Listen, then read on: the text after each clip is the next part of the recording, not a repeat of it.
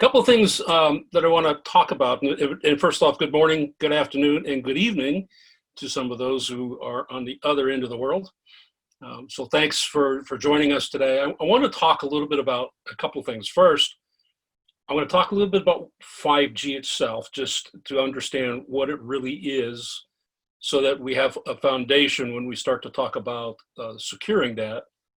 And I'm going to share with you some principles that these are not theoretical. These are actually principles that we at Oracle have put into practice in our own 5G network. So we're going to cover quite a bit of ground in a short period of time here. So buckle up, hang on. And most of you know who I am. I participate in a whole lot of different discussions. Those of you who don't, you may be wondering why Oracle is talking about 5G. Well, we are heavily engaged in 5G in a number of different areas. Besides being a supplier to a lot of you, we are also an operator. We have our own 5G network that is being stood up now, and there's a number of services that we're building off of that. So we come with quite a bit of experience here in the whole telecom space, and especially within 5G. So first, let's understand what exactly is 5G, because there's a lot of hype about 5G. There's a lot of promises being made about 5G, but really, if you look at the requirements that were defined for 5G, it's really not what you think it is, and that's what we'll get some clarification on.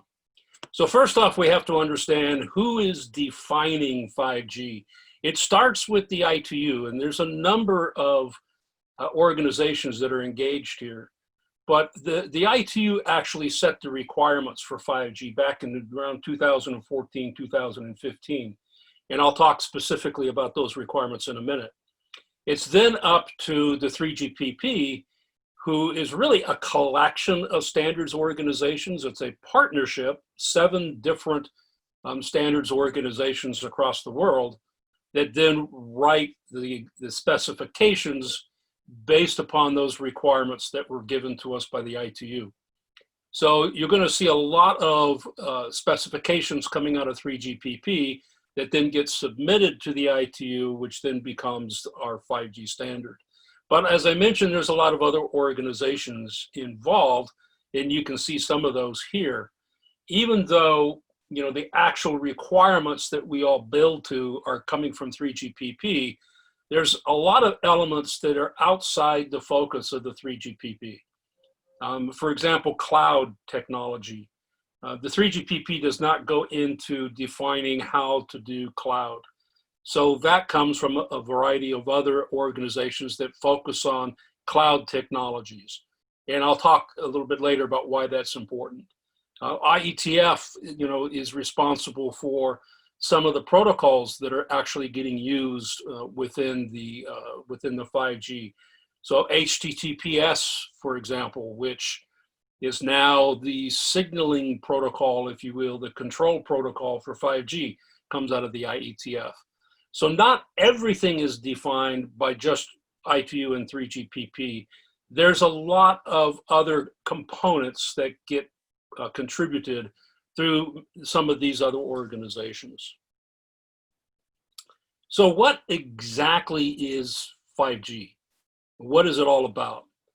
It gets broken down into 3 different areas, and when you look at the requirements actually break down into these 3 different areas. So the first one is what we call enhanced mobile broadband. What this is nothing more than you and I on our smartphones. What do we get? So there's higher data rates, so your phone's going to be faster. They advertise up to 10 gigabytes per user, or gigabits, sorry. So it's a higher capacity, it's higher data rates.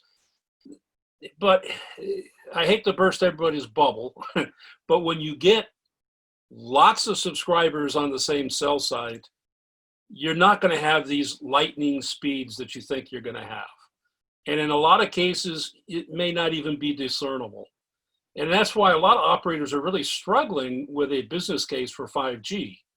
Because really, I can accomplish the same things with 4G, still have really, really high speeds, and not have to go through the expense of upgrading my entire network to 5G. And that's exactly, by the way, what you're going to see happen. A lot of operators are relying on their 4G networks, but they're using the spectrum from 5G. So there's really not a lot in here for mobile broadband. And then we go to mission critical communications. There was quite a bit of work that actually started in 4G to support mission critical communications. But there was a couple of things that we could not accomplish because of the network architecture. The network architecture that we had at the time, 3G and 4G, just could not allow us to do things like real-time video without latency. Latency is that delay. And so latency became a really big issue in 5G, and that actually became a requirement. Low latency, which means a packet needs to be delivered to its destination in less than a millisecond. That's the actual ITU requirement. That means that we had to make some radical changes in the network to be able to support that kind of delivery mechanism. So a lot of things got re-architected in the network just because of the latency issues. And of course, a higher reliability so that if a session is deemed as a priority session, then it gets delivered before anybody else. So those are two different areas, but really the big driver for 5G is IoT. The requirements that we saw coming out of the ITU, aside from the low latency, just about everything was centered around solving problems with IoT. For example, today, if I want to have a device that can send data to an application, a device being a sensor or a controller, it has to have a SIM card. I have to connect into a tower someplace, which means I have to have a fairly large battery to be able to support the power to reach that tower. It doesn't support something, say, like a very small sensor that would be maybe the size of your watch that could send data. So in order to support those types of devices, some new requirements came up. First, what we call massive connectivity, billions of devices, all connected in a very small geographical area. So, and those devices need to be low cost, like under $10, for example. So all of the complexity gets taken out of them. It's nothing more than just a little device that can wake up, send a little packet of data, and go back to sleep again. It doesn't have the capabilities like your phone, registering with the network, establishing a connection, going through all of those steps to be able to send that data. So IoT is a bit unique here when we start looking at IoT devices because of those types of requirements. And the battery life has to be 10 years or more. And actually in 3GPP, that requirement got larger and it became a battery life of 15 years or more. So those are really the three requirements or the three areas that 5G focuses on. Most all of the requirements are set to IoT. We see these numbers, by the way, these data rates, extreme data rates. So what exactly does that mean? And I pulled this from Cybersecurity News because I think it kind of illustrates the speed and what that really means. So there's two things to look at. One, if I was to build a website, how big, what size should that website be able to accommodate? And if I'm trying to download an 800 megabit movie, then how long would it take me to do that? So if you look at 3G, when we had GPRS, you had 50 kilobit of data rate. That movie would take you about a day and a half. 1 day, 12 hours, 24 minutes, and 32 seconds. I guess somebody actually counted. When we went to Edge and we increased this to 250 kilobits, then it was 7 hours to download that 800 megabit movie. And then UMTS was even faster. It took us only 4 hours. And in 4G, 43 seconds. So 4G really does a pretty good job of delivering videos and delivering a data rate that for most of the population, this is going to be plenty fast. A lot of the hype around 5G is we're moving to 6,400 megabits. So a 800 megabit movie can be in 1 second, but I caution that is under ideal conditions. A lab environment where there's one device with a dedicated radio and antenna, and it's got no interference from anybody else at all, and no interference from building and environment and et cetera. So that's part of the hype here.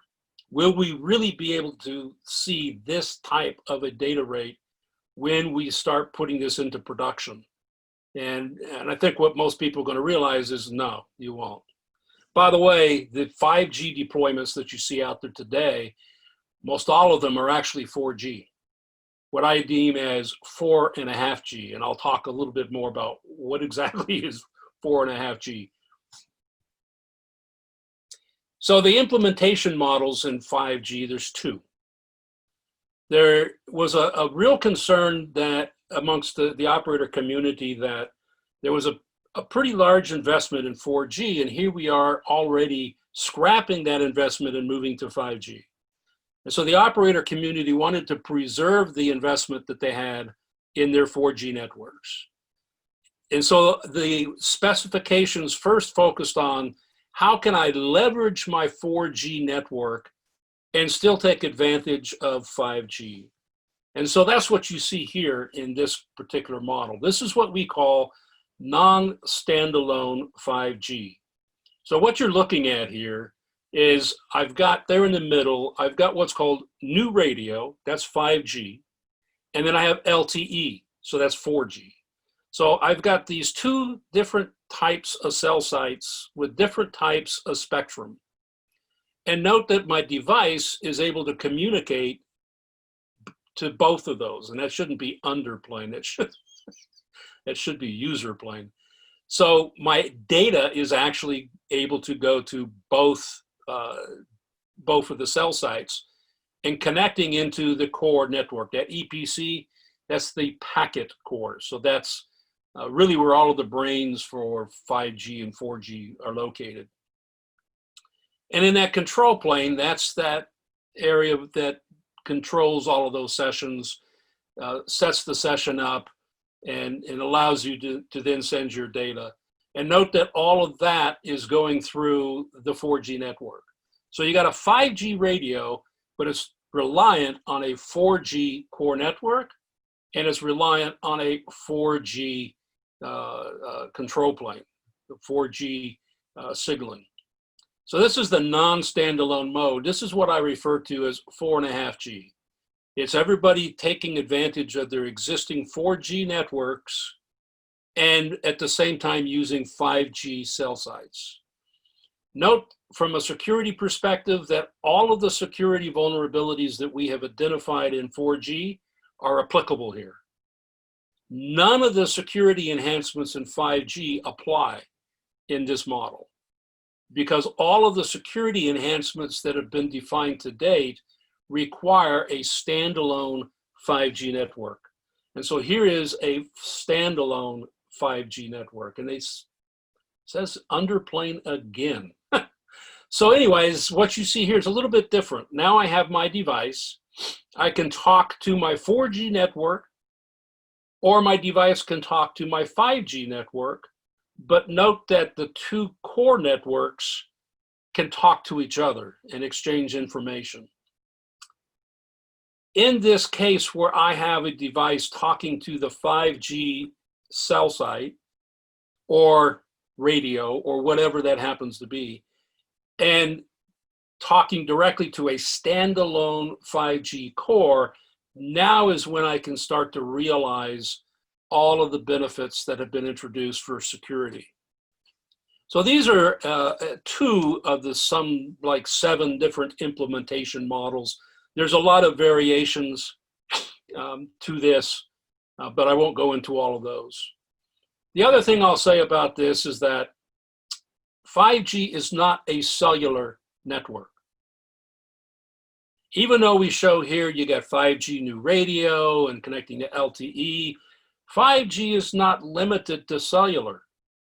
5G does not care what kind of access you are using. And so when I get to a standalone network with a 5G core, that 5G core can connect to Wi-Fi, to satellite, to fiber. It can be a broadband connection. It can be a fixed line connection, or it can be cellular. So 5G really is way different than other generations of technology, because what we are defining is a core network that will work with any kind of access technology. So even broadband providers can start looking at a 5G standalone network because it will support their fixed line and their broadband services. So I pulled this up the other day because I thought this was a really interesting use case for 5G. And you can see this on YouTube. There's a great video here for this particular use case. So this was NEC and KDDI with Obayashi. And basically what they're doing here is remote control of heavy equipment. Now, I will say that this use case is already being done. They use this technology already in some countries in Asia for disaster recovery attempts.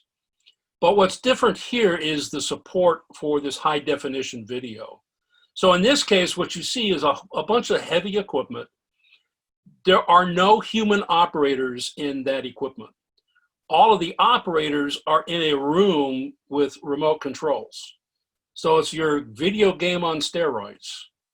And note here in the middle, it shows what that network looks like. So there's cameras on all of this equipment, giving them high definition views of what it is that they're doing. And then they remotely control those trucks and that heavy equipment with joysticks in the control room. So it's a pretty cool use case. And we've seen many, many use cases like this. Think surgery, where a doctor can do remote robotic surgery from any location in the world. Obviously, you want to make sure that there's no delays in that video transmission. You want to make sure that there's no latency. And that's where 5G really becomes important, or in these types of applications where you cannot afford not only a delay or latency, but you also need to make sure that the transmission is delivered with high capacity so that you don't end up with, video having to buffer. That would be disastrous.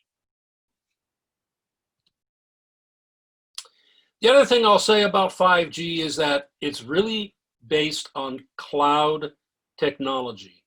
So when you go to build a 5G network, you don't put it in your central office. You put it in a data center that is supporting a cloud application. And in fact, for all of you more technically inclined, you can call 5G a web-based application. It's based on the same technology as any other web-based application. So we had to re-engineer the entire network to be able to support a web-based application, because 4G, certainly, the network architecture there will not support a web-based application. So all of the architecture got changed and turned upside down. And in fact, you're not going to find much telco in 5G. All of the technology that's being used in the 5G core network is all based on cloud. The signaling, we used to use SS7 in diameter. All that goes away. Instead, in 5G, it's HTTP. Yeah, the same HTTP that you use on your browser for your banking application. That's a web-based application. That's what 5G is built on. And so because of that cloud technology, we're going to see a lot of interesting use cases come about. And you're going to start to see where those ecosystems between enterprise applications really come into play here for 5G. Because once you become a tenant in a cloud, through 5G, you have access to all of these other applications that are also being hosted in that cloud. So it's a really rather unique type of technology that we're deploying now.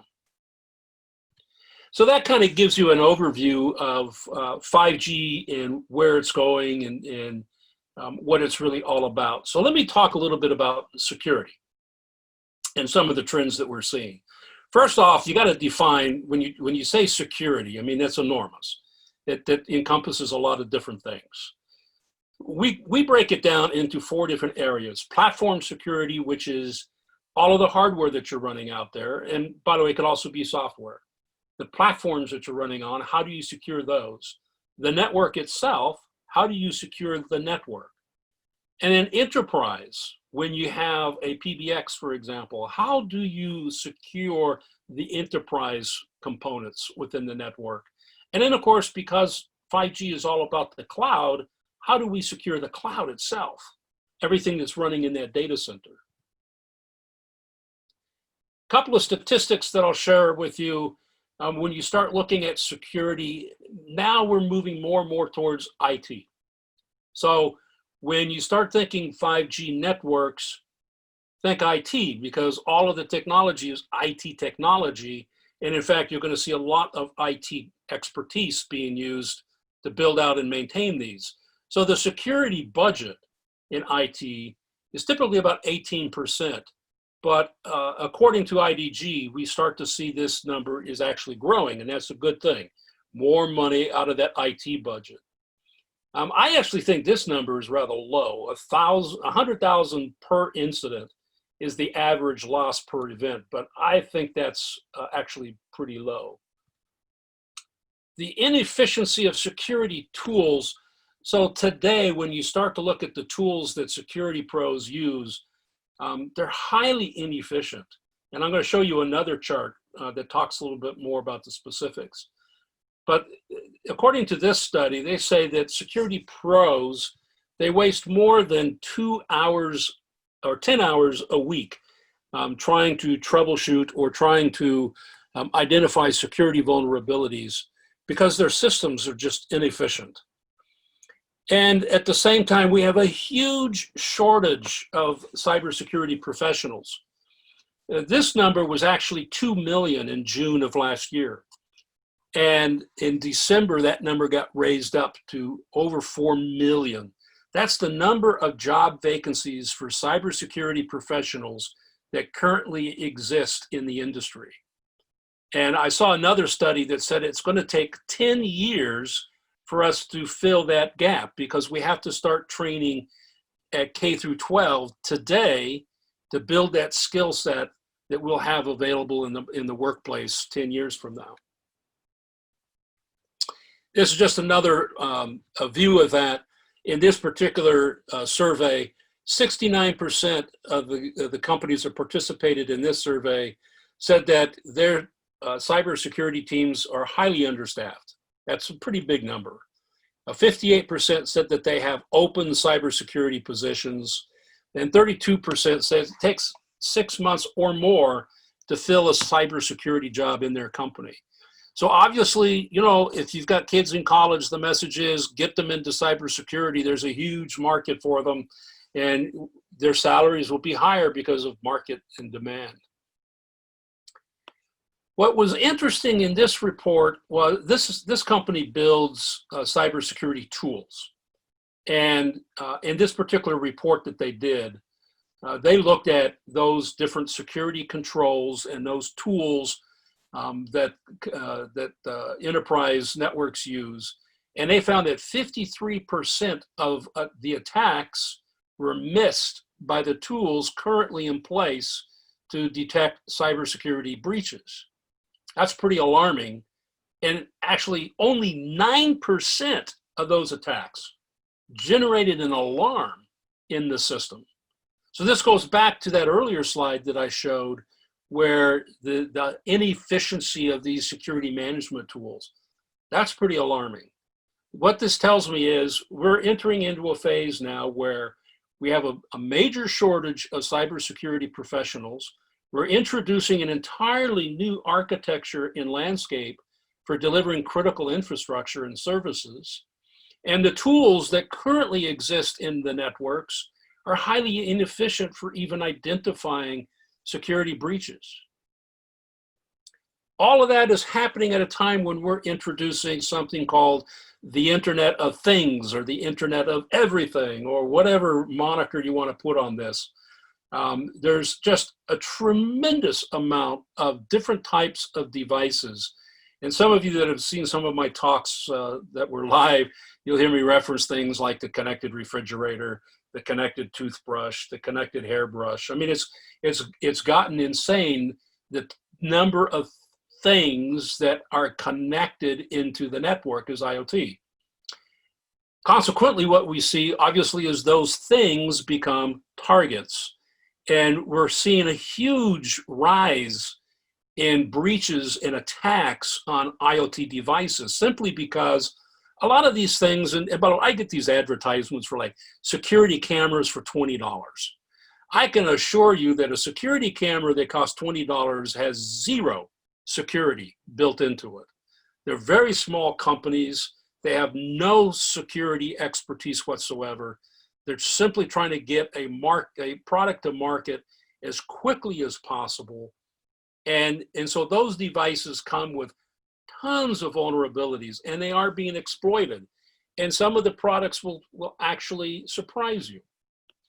So we've seen back a couple of years ago, there was this DDoS attack that was launched by something called Mirai, a botnet.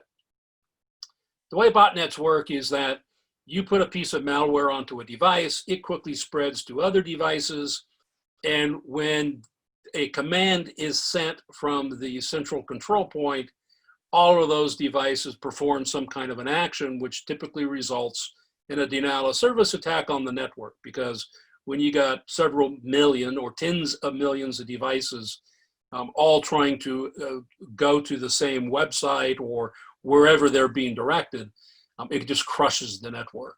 We have a lot of experience with Mirai because Oracle actually bought a company called Dyn.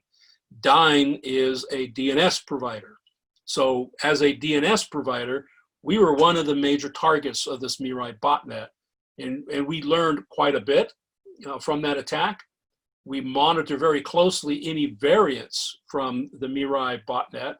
And what you see here, there are a lot of variants now that are popping up. And according to NetLab and the virus bulletin, we've seen now things like Wicked, IoT Reaper, Awari, and Masuda. Those numbers are the number of instances where they found variants of these particular flavors actually resident on products. And it's big devices. It's D-Link and Netgear and Linksys routers, for example, smart televisions, and I won't mention the brand here, but the smart TVs that you buy are now being populated with malware as soon as they get a connection to the internet. So lots of this stuff that you use at home is highly vulnerable, and that becomes really the biggest threat that we have in 5G, is all of these billions of devices that get infected because of a lack of security now attacking the network. 20% of the malware that gets downloaded to IoT devices is based on some of these variants, by the way, on these Mirai variants. So I want to put IoT into a little perspective because it's sometimes we look at it and go, well, so what? My speaker or my home camera got infected, but let's put a different lens on IoT. So there's three classifications for IoT. There's human to human, human to machine, and machine to machine. And then you see these things that we talked about earlier, the extreme mobile broadband. So that's your device being able to roam and move about and have that capacity and data rate to support it. That massive scale communication where you've got those billions of devices attaching. And then you've got this ultra reliable low latency for things like public safety. So let's focus on it like this. So when you look at human to human, certainly there's a lot of things to be concerned about in public safety, but most of this is a person communicating with another person through some form of a device. And things like, virtual reality, your games. So this might have some low impact. But look what happens when we move to human to machine. Now you're talking about things like remote surgery and vehicle to pedestrian and things like healthcare monitoring. I mean, I actually know people that have pacemakers that are 4G enabled. And so every night when they go to bed, they have a 4G receiver that then sends all of their information to their doctor. All of that is IoT. So imagine if that device became infected. Oh my goodness, sorry.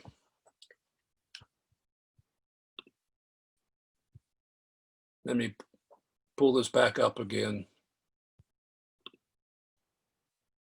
Stand by, everybody.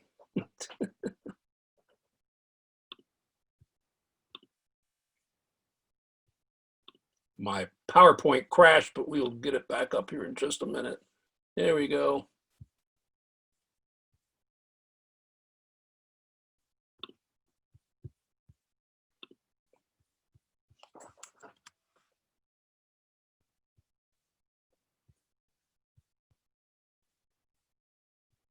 All right. My apologies. I don't know what happened there. Microsoft crashed on me. So you will see us back up here. There. So we should be back up and running. So the big thing that we were seeing here is that, in machine to machine now, this is where it starts to get real interesting. Vehicle to vehicle. Imagine you're in a self-driving car, and that vehicle suddenly gets infected and somebody takes control of that self-driving car. And certainly we've already seen some incidents that occurred with, unfortunately, with Jeep. So now you have to start thinking, when you start talking about security of an IoT device, there's a new problem that arises. The level of the threat really now becomes a bit more critical, because you could actually kill somebody through an infected IoT device. And certainly there are a lot of groups that are actually looking at this now. Hey, Travis, can you click on the swap displays? We are seeing Yeah, the presenter notes. I'm going to do that right now. There we go. Sorry. Thank you. Better? Okay. So IoT really brings about, not only some new concerns, but we also have to reconsider our threat assessment.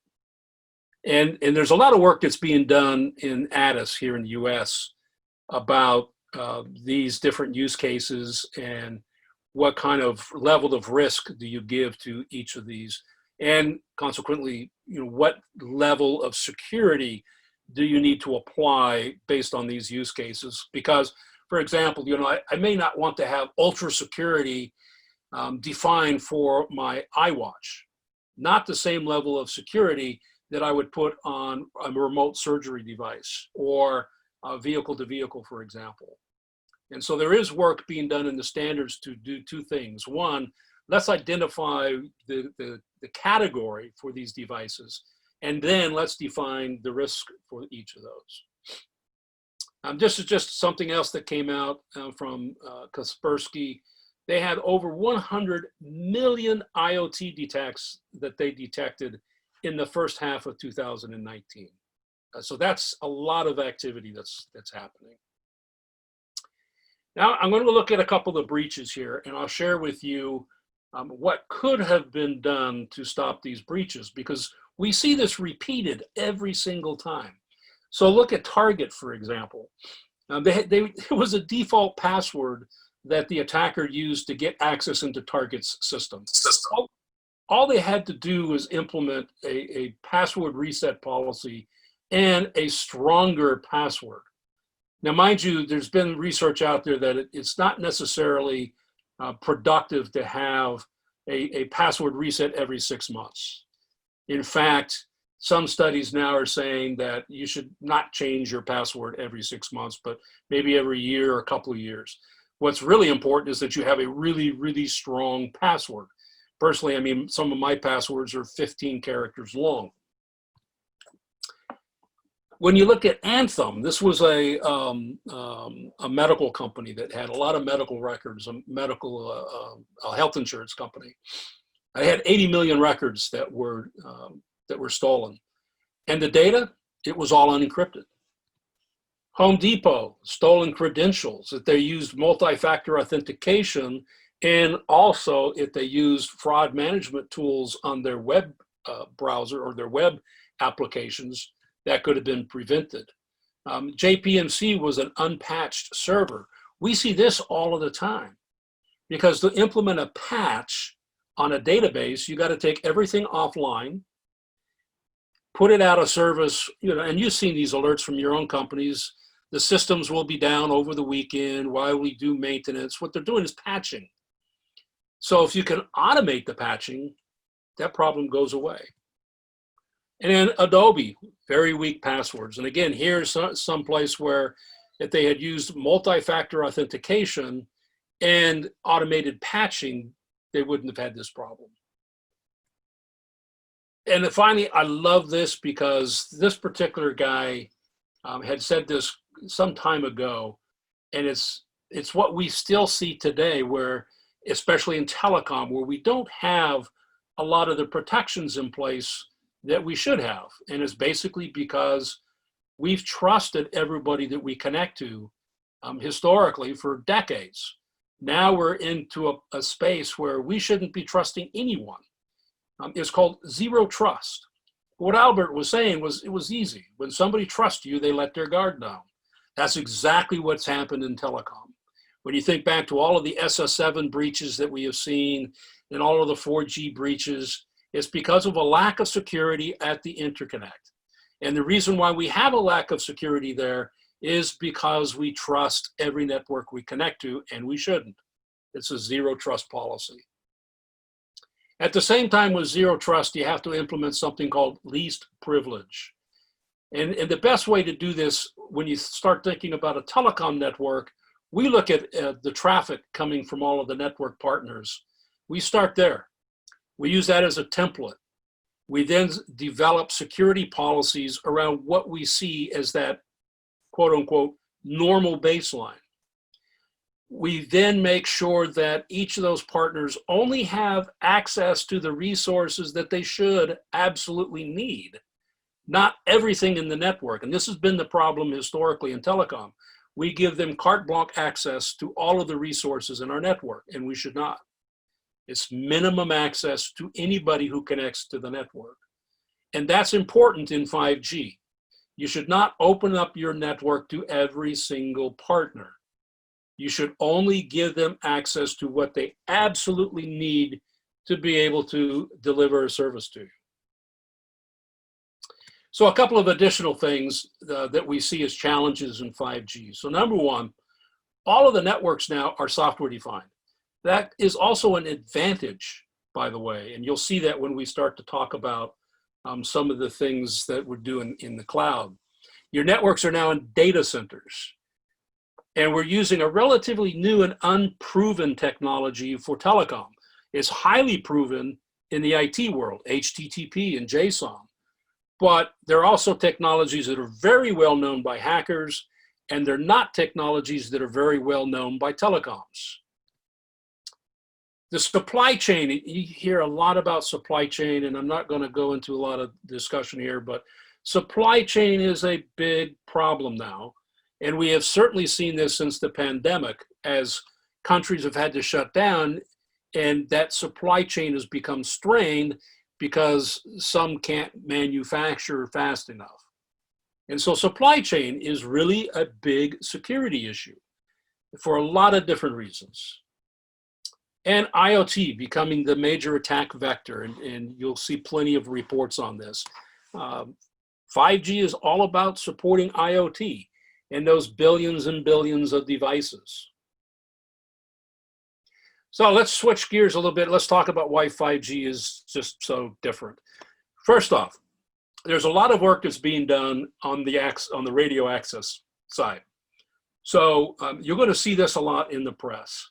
There's 4 different approaches to changing how we deploy the radio access network. So today in 4G, for example, you get this box. That box has got the radio and it's got some other components that manage the connectivity to that radio and manage that connectivity into the network. And those typically have proprietary interfaces that then get connected into the core. Industry is taking a new look at this, and there's a lot of effort being placed on turning the entire RAN into software so that I can take a small radio device that's under $1,000 and connect it with other software components that would make up my RAN. So I no longer have to go buy this dedicated box that's dedicated to 4G radio, for example. I can simply buy software components that make up what I need for the RAN. This is being covered in 4 different organizations. There's XRAN, which I think is one of the oldest. There's the O-RAN Alliance, which started, I think, last year and is getting a lot of traction. There's Open RAN, which came out of Facebook. And then there's vRAN, which came out of Cisco. All of these are actually working in collaboration to define how do we change our current architecture at the RAN. We already know how we're changing the core of the network to where it's all software and it's a web-based service. But how can I extend that now into my radio access, into my cell sites? So that becomes nothing more than software components that I can mix and match and use different vendors in the same cell site. Now, I've been mentioning that cloud infrastructure is now a big part of 5G. So when you look at security around the cloud infrastructure, this becomes really critical. When you look at first generation clouds, you would have a tenant that they lease a resource. So they subscribe to your cloud. You give them compute and storage capacity in your cloud, but that tenant has a malicious intent. They infect your resources, your compute, because really what you're doing is you're giving them access to a server. When they get access to that server, they can then infect that server with malware, and then they can leave their tenancy, say, I'm no longer interested in my subscription. So the service provider is supposed to clean that server before they give it to another tenant. But in reality, what happens is that server does not get cleaned. There's still remnants of that malware sitting in critical components on that server. And so the process of cleaning those servers is not easy. And because that malware is now resident, the new tenant that gets assigned to that server or servers, which is typically the case, they're now susceptible to being infected because those resources were not wiped clean. So in what we call Gen 2 clouds, same kind of a situation, a tenant can, and I apologize, my children are waking.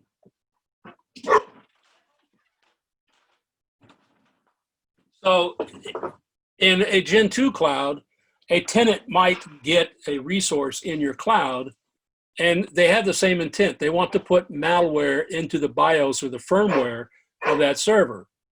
And so you allow them to update that BIOS, but you should have a capability on that hardware where they cannot change the original factory image that gets loaded onto that server.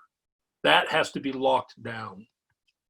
And so you can securely return that server back to its factory image so that the new tenant does not get an infected server. They get a clean resource, and that malware has been totally erased from the hardware. And we have a phrase here that we say, no data left behind.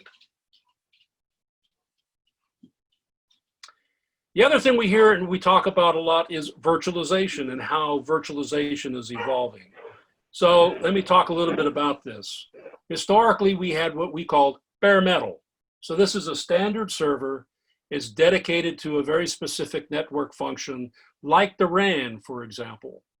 That's what we refer to as bare metal compute. Several years ago, we started introducing something called network function virtualization in the telecom industry. And it was the ability to represent our network functions as software, and then put those software functions onto what we call the virtual machine. There's lots of limitations in network function virtualization, and you're going to see that the industry has moved beyond NFV today. Then we started to see something called cloud ready, where we were taking those same functions that were virtual machines and putting them into the cloud and doing some things that would support running on shared hardware in a cloud.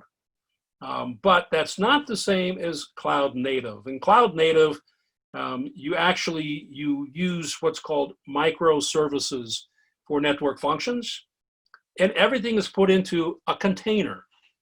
You'll hear terms like Kubernetes, for example, which is one of the more popular technologies that get used for containerization.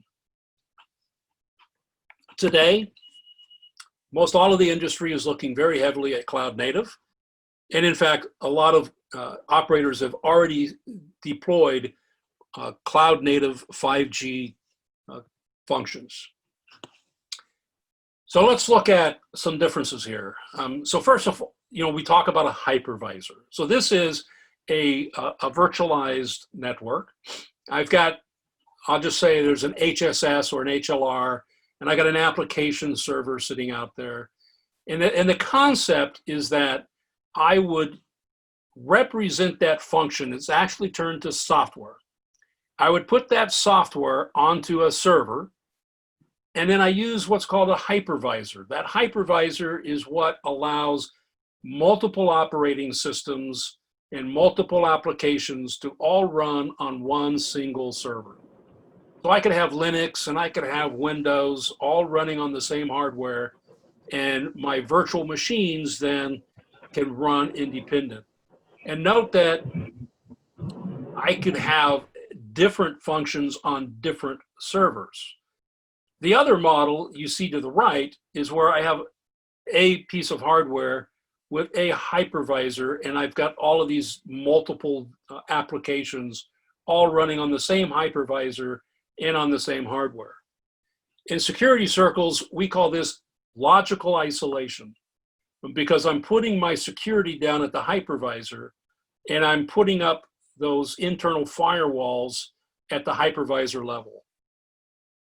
This is not the greatest model from a security perspective, because if I find a channel that allows me to attack the hardware, and there's lots of different ways to do this, and I get access into the hypervisor, I can now control everything that's running on that hardware.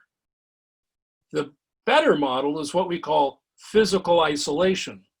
Physical because I have different pieces of hardware running different critical components in my network. And think, for example, if trust zone B on the left, let's say that is a company, and trust zone A on the right or on the left is a different company. So I've got two separate companies, but they're running on separate hardware. They're not running on the same servers. Most common today in cloud configurations is what you see on the right. They use a single server to support multiple customers. And this is actually a poor security design, because all I need is access to that hardware. I can infect that hardware, and I can gain access to the other tenants that are running on that same hypervisor and that same hardware. So physical isolation is what we always strive for, but physical isolation goes against the business case for virtualization, because the whole business case for virtualization has been, I can run multiple tenants, I can run multiple applications on the same hardware. Now let me show you the difference between a hypervisor and a container. In a container, I'm going to have hardware. I'm going to have what we call the host operating system. And then you have this thing that's called Docker. Docker is kind of like a hypervisor. It puts the operating system and the application into what's called a container. And those containers cannot talk to each other unless I allow them to. So you have a lot more control over the level of access between a container to another container. If I don't want that HSSA to be able to connect and share information with HSSB, then I can isolate them within that container. So containers give us a lot more control from a security perspective than hypervisors do in a virtual network. And so that's why you see the industry as a whole looking a lot more towards cloud native, where these containers are used, versus a virtual network such as NFV. You can find a lot about cloud native and the requirements. Down there to the right, you see the Cloud Native Computing Foundation as open source. There's some things that that Cloud Native Computing Foundation has defined as far as principles, and you see those principles here. System immutability, you automate everything possible. You log all of the events as streams that can then be accessed by tools such as analytics, and you provide that constant telemetry to those tools so you can see everything that's going on within the cloud. And so you can go to this source to get more information about cloud native and why we believe that cloud native is more secure than things like such NFV, for example. And it's kind of interesting. We stole about 300 engineers when we were building our cloud, and we asked them, if you had to build it all over again, what would you put into place? And so these were the principles that they came up with. Certainly that isolation, and remember I talked about isolation, that physical isolation being critical. So these were all of the things that those guys came up with that they would do all over again if they had to go build a cloud.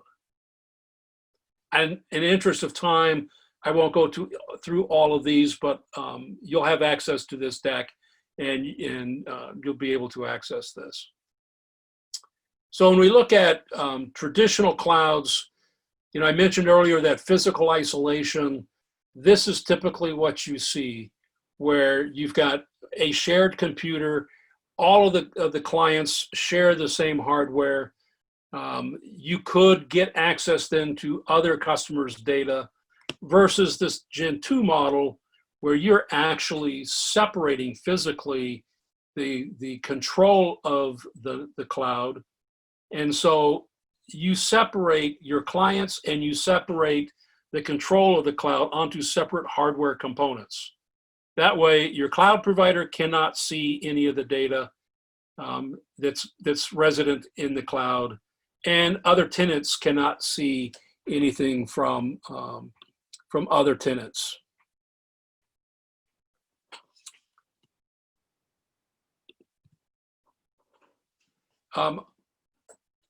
Encryption certainly is a big thing. And by the way, a lot of people don't use encryption because there's a performance issue. Typically, encryption is done through software, and that can be a performance degradation by as much as 40 to 50%. Actually, maybe not quite that bad, 30 to 40%, I'll say. But if I can put encryption in the chipset, then there's no impact on the performance whatsoever. The other advantage here is when you start putting encryption on the silicon, you can never turn it off. It becomes always on, whether it's data that's in rest or data in transit. And that's really important in clouds, because you want to make sure that you don't make the same mistake that we've already seen in things like Equifax or Experian, sorry, where they had that breach, huge breach. None of the data was encrypted because they didn't want to support it. When you have it in the silicon, it's always on. So those are just some of the things that we've actually been implementing in our own 5G cloud, and some of the principles that we have seen that have been out there. You'll hear from a lot of people that 5G is more insecure because of all of the technologies. And the reality is that there's a lot of opportunity for us to put security into 5G because of the technology that we are using. And so don't think that 5G introduces more security vulnerabilities that are insurmountable. It all comes down to the implementation.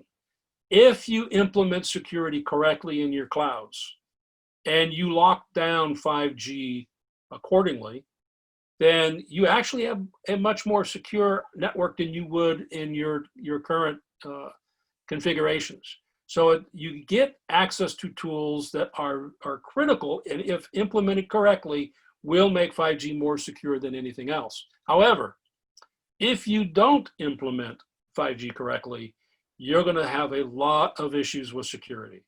And so you have to take security very seriously when you start moving to this cloud architecture. So with that, I will stop. I hope this was beneficial to everybody.